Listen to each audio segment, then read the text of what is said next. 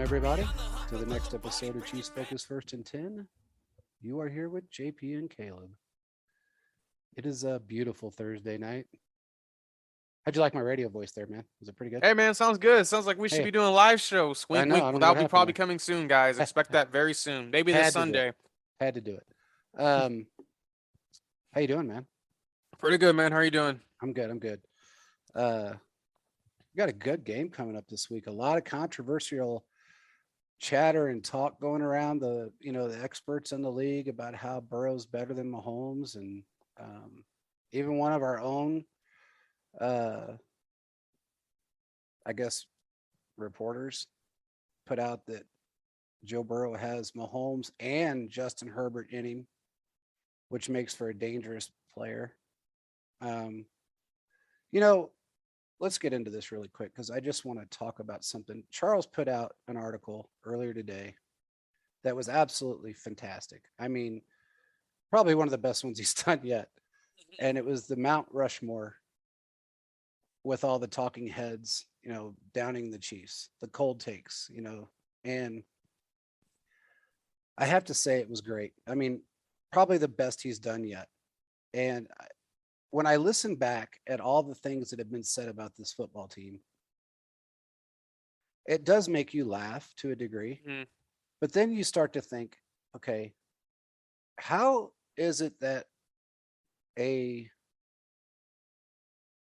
10-year retired lineman able to criticize or talk about a quarterback when he's never played the position?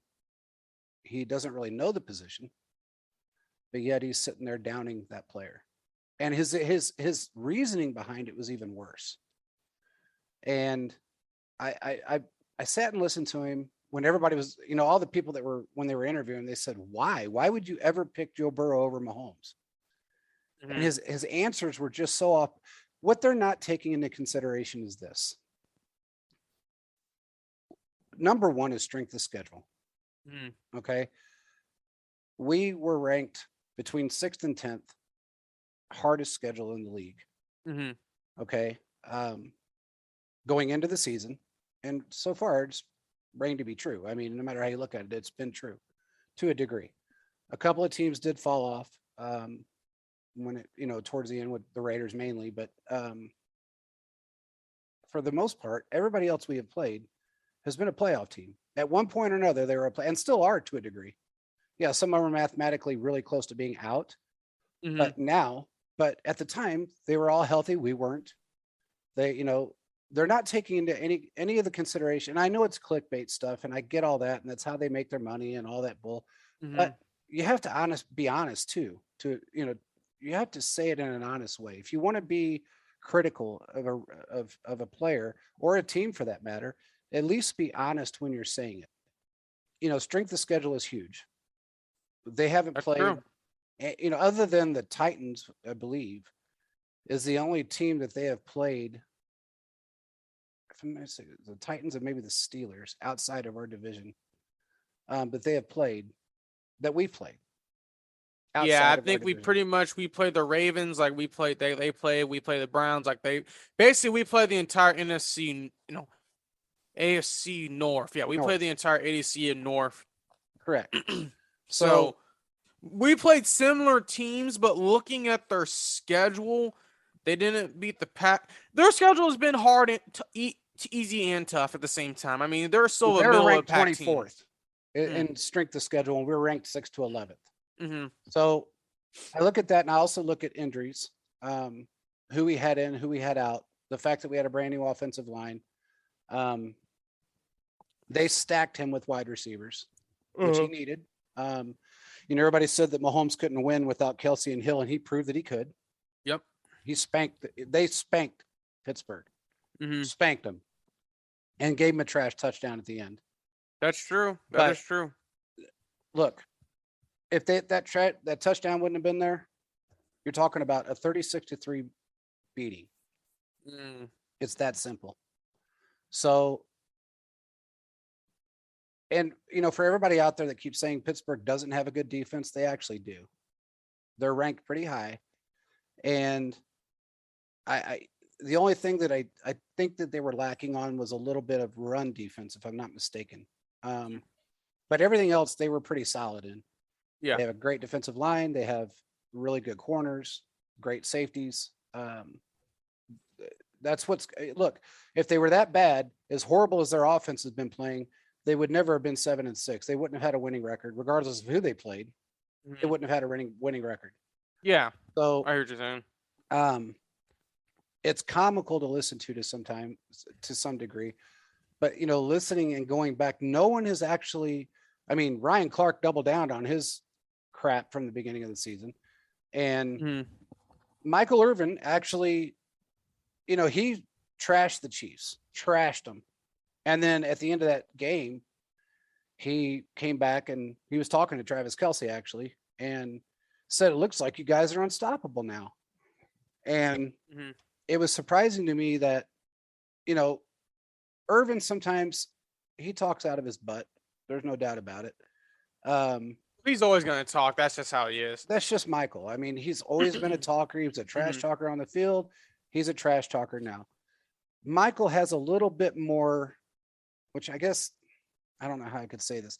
He has a little bit more knowledge of quarterbacks just because he was a wide receiver. He understands the game. He understands the game. But Marcellus Wiley, come on, man. I mean, Ryan Clark, dude, what did you ever do in your career that made you think you were part of the steel curtain, or you were a part of this, or you're a part of that?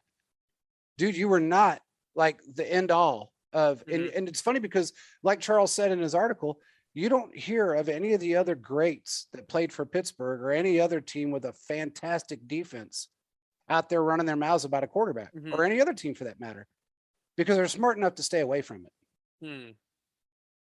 Here's the two things that you got to look at. If you don't understand it and you don't want to say, or you don't want to put out the full statement or the full reasoning behind your statement, then don't say it at all. And most of these guys are smart enough to say, "When, you know what? I don't have the football knowledge in this era to talk about a player that I probably couldn't catch if I wanted to, if I was out on the field in my heyday."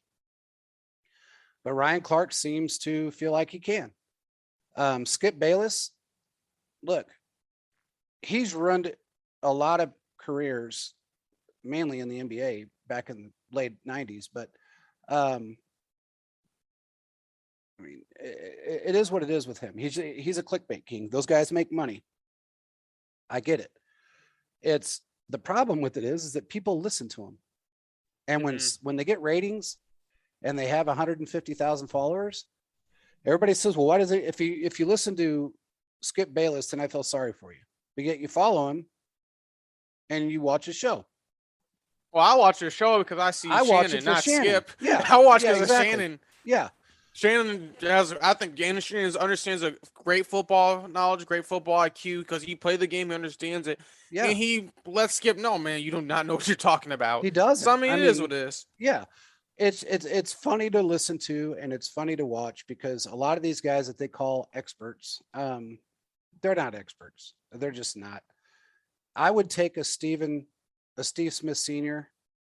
Over anybody, because one thing he does, and I love about him, is the fact that if he says something about a player or a team, he backs it up with what he has to say, with the reasoning behind it.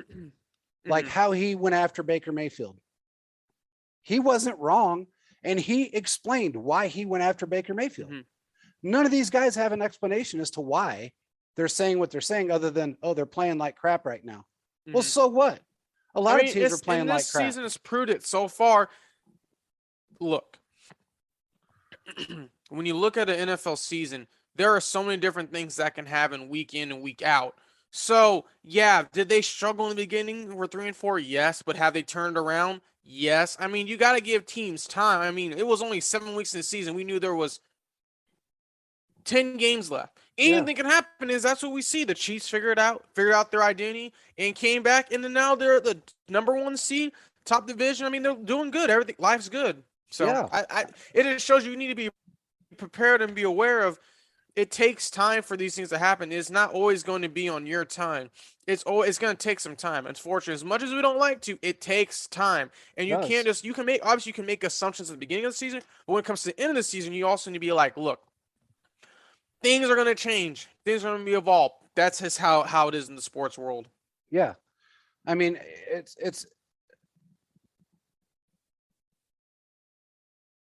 amazing that some of these guys have jobs, but I understand. Okay, I have a relative that works for ESPN, and I've been around it enough to know how it works. So, they cater to, they have guys that are the villain. They have guys that are the optimist. They have the guys that are the realist. They have the intermediate guys that will go both directions, just agree with anybody to agree with them. They set them up that way. It's a script. I get that part of it. But when you get to a point like Ryan Clark did, and then you double down on it after they just smoke everybody in front of them and their defense. I mean, who was it that said, Stephen A. Smith, another one.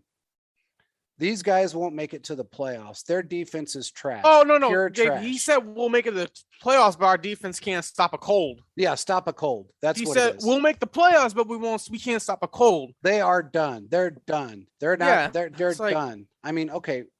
When in fact I put out when we put that article out, I debated back and forth whether to tag those guys in it, and then I thought, you know what, I'm going to do it anyway. So I tagged them, and I put responses with a question mark. Care to respond? Not one of them so far, which I didn't expect. Yeah. I kind of expected maybe Ryan Clark, because he bit back at a few people. He did, because, and I remember, bro, sorry to cut you off, but at the moment, that morning after, actually, and I told you this, and we talked about this on the show, whenever the Chiefs beat the brakes off the Raiders, and I took that, Mahomes, that meme, Jordan took it personally. Yeah. Someone edited, put Mahomes under. Bro, I quoted his tweet and put it under his tweet. And as soon as, I don't know if other people started to, but I know I was one of the first people to do it, because he got a barrage in that morning. He looked so pissed. Oh, yeah. He looked so pissed, didn't want to talk. I was like, bro, I don't know to tell you. You wanted to run your mouth, so. Yeah. And you noticed if you were watching him, he kept looking down at his phone. Yeah, he was mad. I was, because he kept seeing his Twitter feed blow up, and so he's looking at his phone like, oh, shit. I mean, he wanted to say those stupid things, and it's kind of what happened. So I mean, it's on him. I understand. And another one, and we're going to do a volume 2, you guys. I mean, I know somebody had said there's a few other people that should be on the Mount Rushmore there, and there's a lot more, but we're going to do a volume 2, and we're going to continue to that series of articles, because it's true and it's funny.